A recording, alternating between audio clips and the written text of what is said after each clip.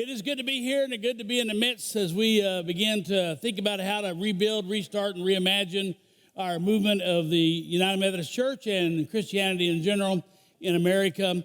And so I appreciate you coming here. It's been a while since I've been on the circuit. I used to travel the country and speak in these kind of places, but when you become a bishop, then nobody thinks you know anything anymore. So I haven't been able to do that. So when Matt called me and said, hey, I'd like you to come over and give a devotion, do bishop things, which means nothing important, just show up. And by the way, I didn't dress up for you today. I'm going to Barnes Hospital for a meeting this afternoon to do bishop things. And I said, well, Matt, I don't really want to do that. I'm tired of doing bishop things. Could I just have a workshop and teach something normal? And I was thinking a room in the back corner, someplace on a breakout session. And then I woke up and know it's here with all of you. So I'll do my best, though I always have to confess it's been 15 years since I've been in the local church as a pastor. Did spend the last 10 years before I was bishop out running around the country teaching about evangelism and how to plant new churches. So, but I do think when we talk about being outwardly focused and reaching new people, there's some things that do not change. And one of them is, quite frankly, you still have to make friends with people you don't know. And I don't know any way around that if you want to reach more people for Christ. So my talk is going to be just that simple. Whether we like it or not, whether we're an extrovert, introvert, or whatever your excuse is, if we don't find a way to make friends with people we don't know, we're simply not going to be in existence or have much impact in America or around the world. So most of my talk today is about being missional. So when I think of the word missional, it isn't hands-on missions. It isn't going off to some foreign country or someplace to do something good for somebody, as well as that is. I believe deeply in missions. But me being missional is taking some of your life, spending it with people you do not know so that they might come to understand in time that God desperately loves them. That's what we need to do. My base scripture for this is Romans 5, 6 through 11. I've had it since I was a kid. For when we were yet helpless, Christ died for the wicked at a time that God chose. It's difficult enough for someone to die for a righteous person, even more so for someone who might dare to die, even for a good person. But as God has showed how much he loves us, he died for us while we were yet sinners, and by his blood put us right with God. How much more then we can be saved from him and saved from God's anger. Verse 10 is the key one. We were once God's enemies, but now God has made us his friends through the death of his son. And now that we are God's friends, how much more will we be saved through Christ's life? But that is not all. We rejoice because God has done this through the Lord Jesus Christ and has turned us into God's friends. When I was a young person, that just struck me. I didn't have a lot of friends as a young person. It struck me that, good heavens, if God was going to be my friend, how could that be? And that's always been the motivation in my heart, that God wants to be friends with God's creation. And yet we Christians or disciples have stuck ourselves inside of buildings and played it safe for way too long. I think we're on a journey to friendship. That's what we need to be about. That's kind of my new words for this. Is I think evangelism, or whatever you want to call it, starts with friendships. And friendships creates connections. Doesn't work the other way around. It starts with friendships. Who are you making friends with that's not already at your church? Now, your church will not encourage you to do this. In fact, they're not going to reward you to do it. In fact, they might get upset with you for doing this, because most churches are geared for you talking to the pastor. How many pastors in the room? A lot of pastors. Most laity listen to this too. Most churches are geared and will reward you for spending all of your time with them.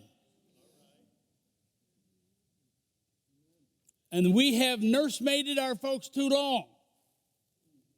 Meanwhile, we have no time, no margin in our life for anybody outside of our church world. As long as we keep doing that, and we think the laity are going to go do this first, we have lost our minds. It has never worked that way, clergy. It's biblical that we're the ones that step out first and then they follow. If we're not willing to step out, why would they? We're called to step out. So I believe this is a journey to friendship that we're teaching. To create friendship with people we do not know, which creates a connection. And that connection could lead to community, which our world is way too short of. And community, I believe, can create belonging in this very individualistic world that we're in. And I think that's what we're called to be about. But I just hear, as a bishop, I can tell you, they're not going to reward you for doing this.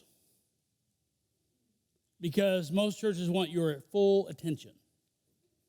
And you'll completely, every time you'll say, when I get around to it, when I get enough time, maybe next week, and you're allowed to live an entire season and have spent all of your time. Think about it right now. Last week, friends, laity, you're the same way. If you're not careful, you'll spend all of your time with three groups of people: your family, church people, and if you work something other than at church, at your work. Clergy, you'll spend your time with family and church people. Or church people, more church people, and some family. Are you with me?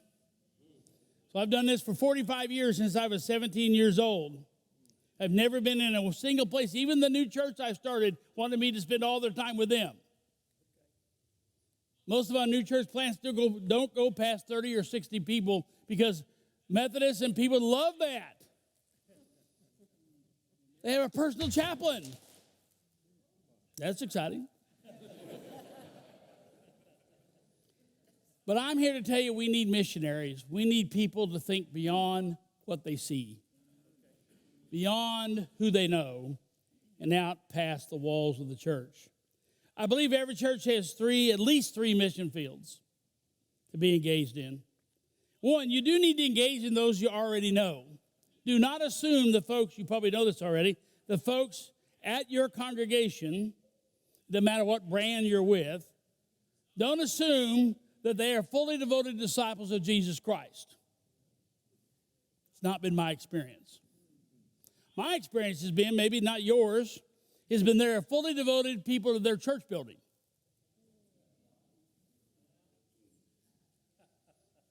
Not necessarily to God. And don't assume that we don't need to disciple the people we already have deeper than they have been. Because truth is, friends, part of the reason we're in this big theological fight today in the United Methodist Church is we've not discipled our own people. We've not discipled them uniquely in a Wesleyan way, and so we're shocked that they're going off in all kinds of ways. The reason I asked Adam, what's his name? Not Adam. This is not Adam. Matt. Sorry.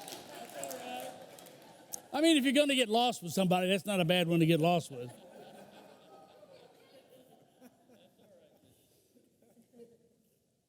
I've spent the last 2 years in our fight every day. And what I just have discovered more than I already knew was we did not teach our own people Wesleyan discipleship.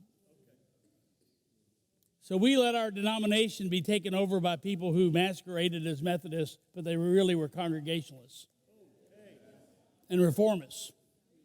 Nothing wrong with that if that's the polity you want to be in, but that is not the polity that we are.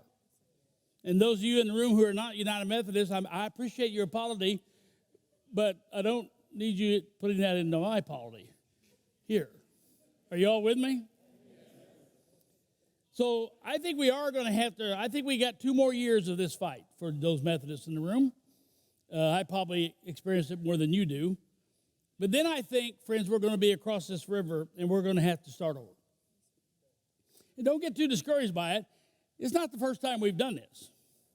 In fact, if they succeed on the other team, it'll be the 12th new denomination we've formed in America. We've formed more denominations than any other denomination. I mean, success, right? Well, maybe not more than the Baptists, but because their church planting strategy is divide and go somewhere else. So now we're doing it. So, but I know we Methodists in our tribe, we are full. There's a lot of grief right now, and there's a lot of hurt and anger with me too, to watch our colleagues and people and know that we're just simply not going to be the same. We're already not the same. We're not going to be the same. And I don't think we're through it yet till we get through 24. But then I think we'll be able to look around and say, who's on the team? And we're going to have to reimagine, rebuild, and restart things and move forward to something new.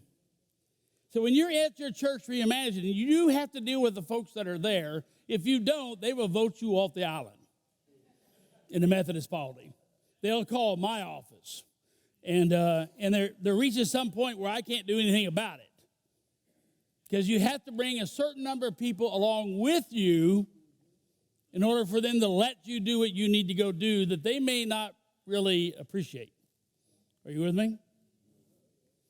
So you do have to spend some time there, but don't spend all your time there.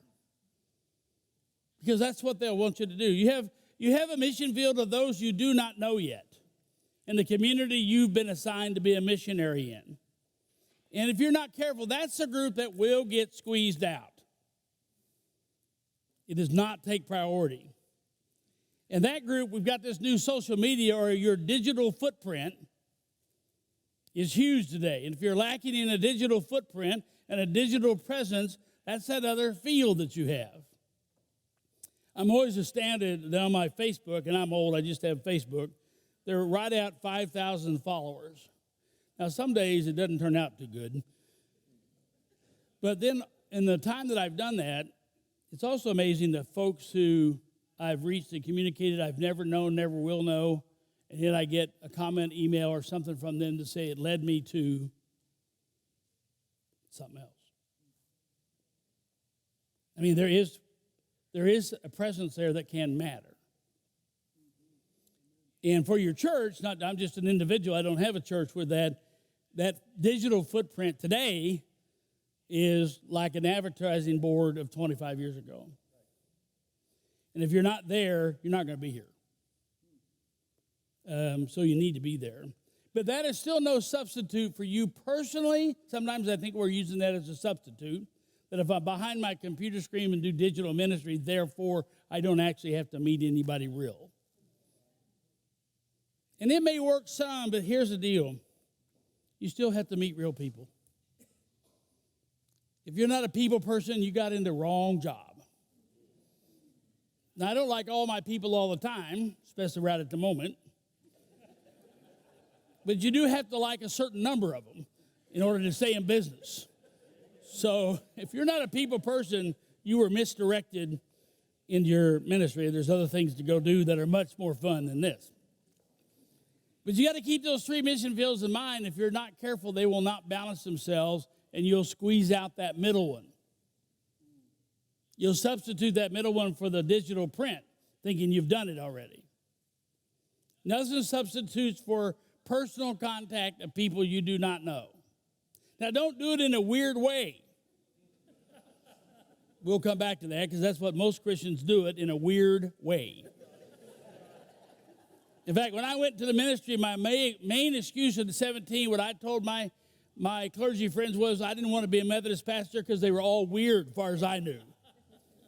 After 45 years, I've changed my mind some about that thought. And now somehow I'm one of them.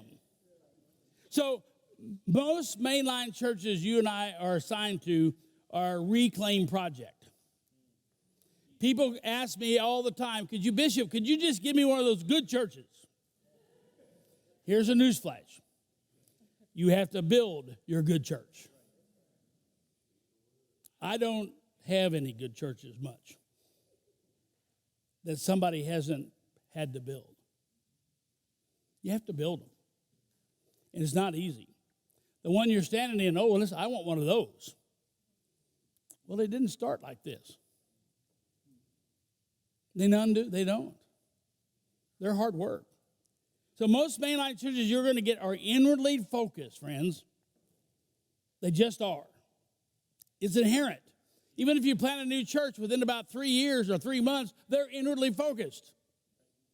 Something about humans, we just naturally turn towards ourselves. So the practice of evangelism is reconnecting. They think the practice of evangelism in church is reconnecting to the disconnected people they already know. How many of you have gone to a new church assignment and the first thing to tell you is, Pastor, could you get back the people we've lost? Anybody heard this before? Can I get a witness? And if you fall for that, if you just spent the same amount of time on people you didn't know, you'll get twice the fruit and half the trouble. Can I get a witness?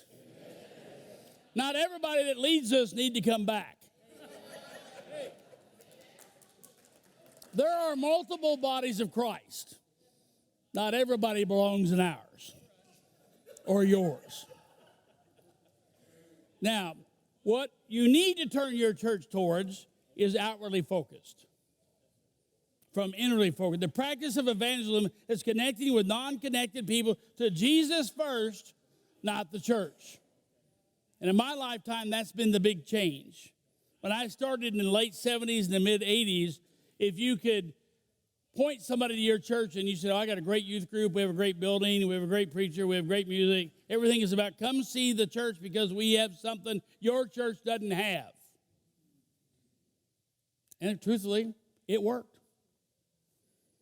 And so we all swapped some Christians, we gained some kids of Christians in the new settings, but what we pointed to was we have something in our new site you don't have. Are y'all with me? If you're still doing that, it doesn't work anymore. My kids that are now 37, 32 and have kids, they're not interested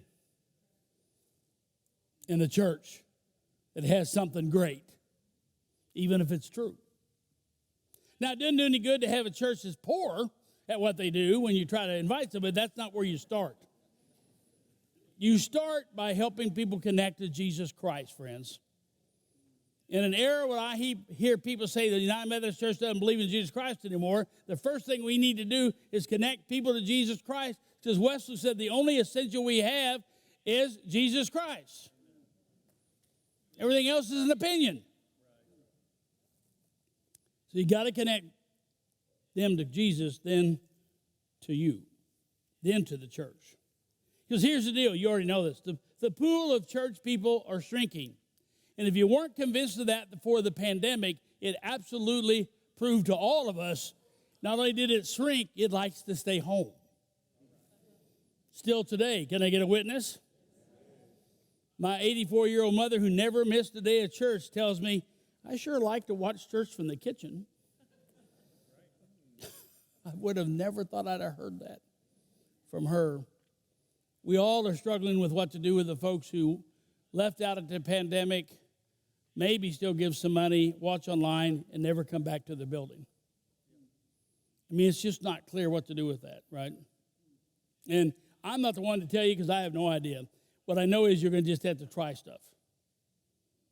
Try to connect. And if you're under 40, you got a better chance of this than I have. Because there is a way for us to make that connection, and you will have to figure this out. We're in a season, I believe, where I'm a football fan, where if you're desperate in the fourth quarter, you need to throw the football long and hope somebody catch it. Now, I'm a Kansas City Chiefs fan. There's always somebody who can throw the ball pretty well and a few that can catch it. But we need to learn to do that.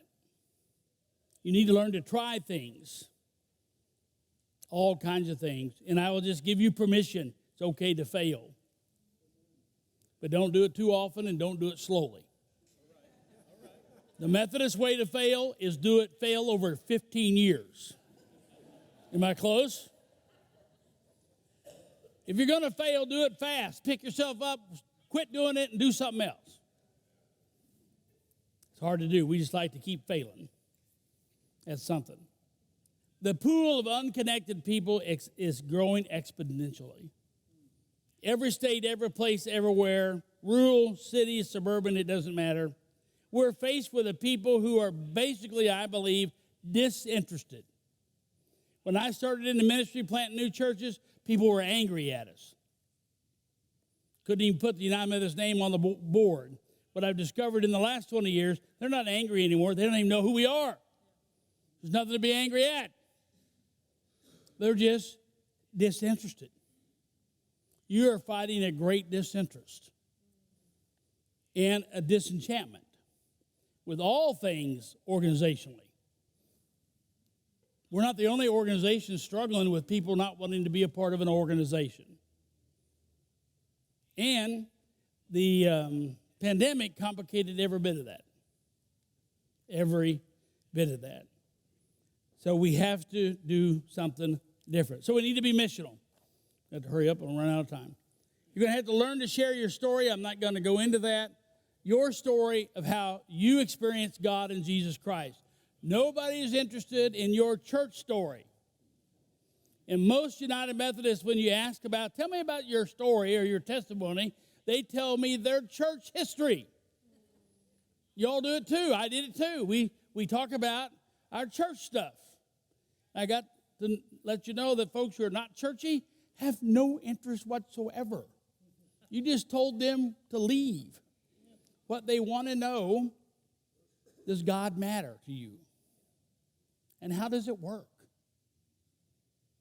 How does it work for you? What's your experience, not with the church, but with Jesus Christ, with God? And most of us haven't had that experience of having to tell that story very much, so we're not very good at it. So most of us in here would need to practice telling our story about our own faith, not our church history. And that's something that you have to learn to do in the confidence of a safe place with other people in small groups that worship, so that by the time you're out in the street, you're out in a social engagement, when it's the right time to share a little bit about your story, don't dump the whole load. You'll be able to share it in a non-weird way with people. Actually, you're sharing Jesus in a non-religious way, which is absolutely not how any of us were trained, in a non-religious way. So you got to learn how to share your stories, and there's a way to do that and practice that. I don't have time for it this morning to do it, but that's something you have to practice. People won't just start doing that instantly, and you have to mess up a whole bunch of times. So one of the ways I've done that is, one of the best ways to be able to tell your story is work through your own affinity. Everybody in this room has affinities. That's the stuff you like to do. Hopefully you have some things you like to do that does not involve the church. In fact, if you don't, you need to leave this conference and go find something. That's part of our problem, is we're pigeonholed. So when I was a younger man, I've been in the fire service for 30 years. One is I love the fire service. I'm good at it. And it put me in contact with a whole bunch of people on a regular basis who were not interested in church whatsoever. I actually saw more people come to Christ through my 31 years in the fire service than in my 31 years in the church service. And I didn't start with, would you like to come to my church? I usually ended with them asking, where's your church? Are you with me at the difference? You build a relationship first that leads to them asking you the question, rather than you pushing some question upon them. So what I believe relational evangelism is, you build relationships with people outside the church. Emphasis on build relationships. Now, sometimes those relationships take 3 days, 3 months, 3 years, or they never conclude where you want it to go. You just never know. That's not the point of it. The point of it is to build a relationship, build trust, so somebody might feel like they could ask you a spiritual question. Here's what I believe. I believe every human being has a spiritual question. I think we're wired up with a spiritual question inside, a spiritual hungry, and whatever word you want to put on something that nudges us and says to us, there's something more than what I see and do. But most people do not have a safe place to ask it, or they don't feel comfortable to ask it, and they sure don't feel comfortable going to church to ask it. They need to find an individual person to ask it of after some time. They're not going to start there, and neither should you start there, because you will run them off. You'll scare them. You'll convince them you're only there for one purpose, and that's to get them to your church. So connecting with the unconnected is a slow process. It's a relationship building process. So I like old cars. Some of you know that. I like cars that are red, fast, and old. Mostly because I'm getting old, and I'd like to think I could be fast, but we'll see. So I have a 67 Ford Falcon, which nobody wants, but I had it in high school, and I dated my wife in it. And so I bought this one I currently have out of a barn. It's been there 40 years, and it has a 351 Cleveland motor in it that runs about 160 miles an hour and a quarter. If you can hold on to it. It's a little hard to. Well, the motor went out at about 3 months ago. I'm not going to say how exactly. I didn't necessarily do it. My brother did it, I think. So I formed a relationship with a mechanic in Centralia, Missouri, and I've been taking my cars up there. And it's before Christmas, right about the time my motor went out. He's at the desk with me, and he owns the garage. And he said, "Could I ask you something? You're a Methodist preacher, right?" It doesn't do any good to say you're a bishop, because that makes no sense. That's where you want to get to, right? And he got there faster than I imagined. Blue-collar, hard-nosed guy. Owns 3 garages and 2 restaurants. He's done pretty well for himself. And he's standing there with grease on his hands and talking to me about cars, and just out of the blue said, "Could I ask you a question?" Right? Now, I didn't know if the question was about my car or whatever, but then he said, "Could we step outside of the shop here? I don't want anybody to hear me." And he was having a struggle with his daughter. And I didn't have a good answer for him. And he said, "I just thought, if you're a preacher and all, maybe you could help me." And I knew then, okay, the door's open, right? Now, that was 3 months ago. Have I asked him to go to a church? No. We're still working along on stuff. Now he calls me Rev, but not in front of his friends, because he doesn't want anybody to know that he knows the preacher. I mean, that's how hard it is. And you just got to keep giving time. And our connection was my car and hot rods and that kind of stuff. And he's rebuilding my motor right now. And I don't know how long that'll take. It's desperately hard when you're a bishop, because I don't have a church right down the street. But you know see where I'm going? Now, everybody in this room has an affinity with something, right? And you're even going there, maybe. I mean, I hope you have some outside interest in church, because if you don't, you're going to burn out. You're going to cause me trouble.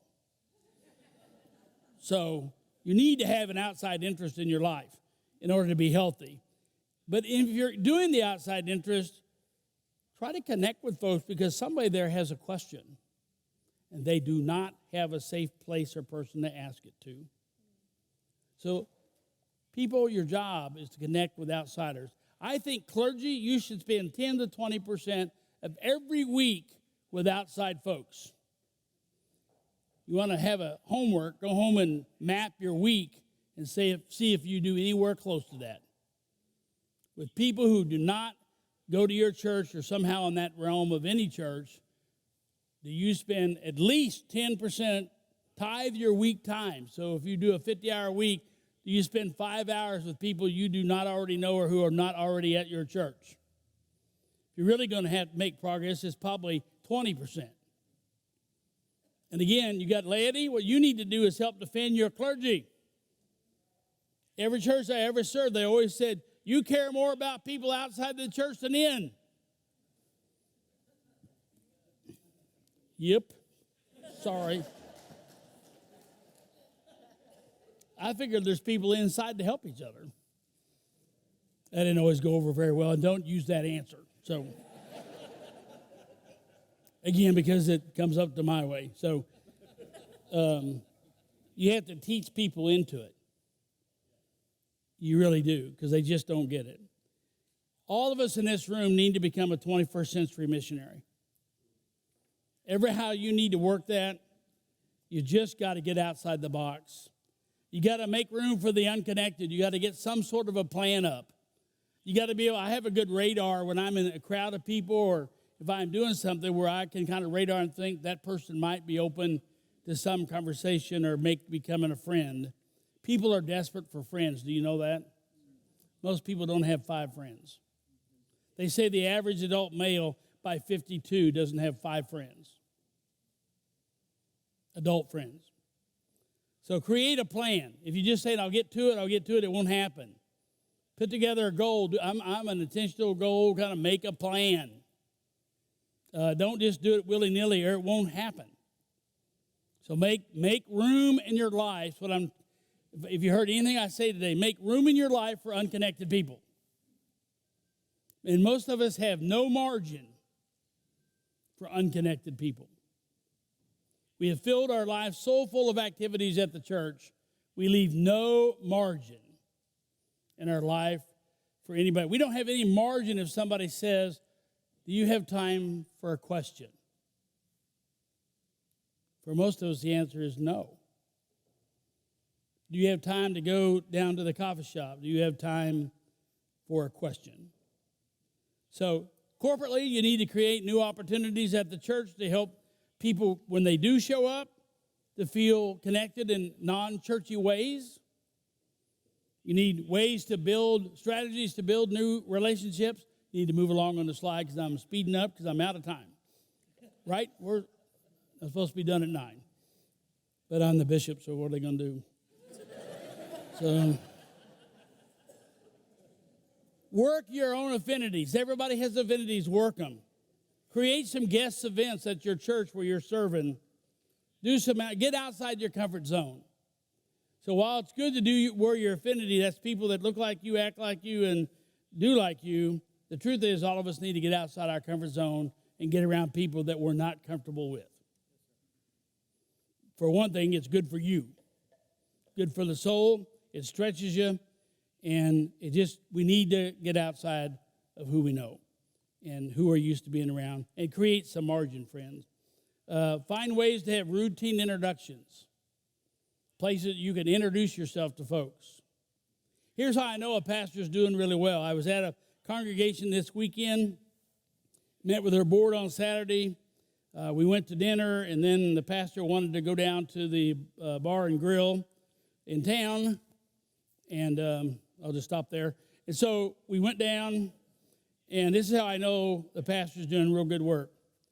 He hardly had time to talk to his bishop at the table because he knew everybody that was coming in and everybody going out, everybody there. The owner of the place knew him, came up and gave us a free drink because his bishop was with him, which I really appreciated that thought.